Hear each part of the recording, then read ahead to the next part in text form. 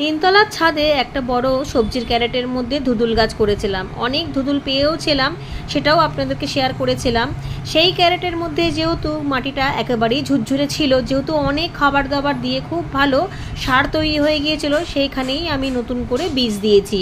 কিন্তু এত বৃষ্টি, সেই জন্য কালো প্লাস্টিক দিয়ে ছাউনি দিয়ে দিয়েছিলাম। এখন বীজের অবস্থাটা ভীষণই ভালো, অনেক চারাও উঠে এসেছে। একটু বড় হলে অন্যান্য জায়গায় দিয়ে দেবো। তবে বৃষ্টি কিন্তু এখনও কাটেনি। ধীরে ধীরে বেগুন গাছও রেডি হয়ে যাচ্ছে শীতের জন্য। তবে এখনও বেশ কিছু চারা ছোট ছোট রয়েছে, কারণ একসাথে তো সব দানা ওঠে না, আর উঠলেও সেগুলো অনেকটা পিছিয়ে যায়। তবে শীতের মধ্যে রেডি হয়ে যাবে। ছোট গাছেই ফুল চলে এসেছে, এটা রাখা যাবে না। এটা রাখলে গাছের গ্রোথটা নষ্ট হয়ে যাবে এবং ফলনটা ভালো পাওয়া যাবে না। বেগুন গাছের ক্ষেত্রে কিন্তু একটা জিনিস অতি অবশ্যই মনে রাখতে হবে, খাবার। বেগুন গাছ কিন্তু কোনো রকমভাবে অল্প খাবারে ভালো ফলন দিতেই পারে না, বা গাছের চেহারাও ভালো হবে না। খাবারটা আপনাকে প্রথম থেকেই দিতে হবে।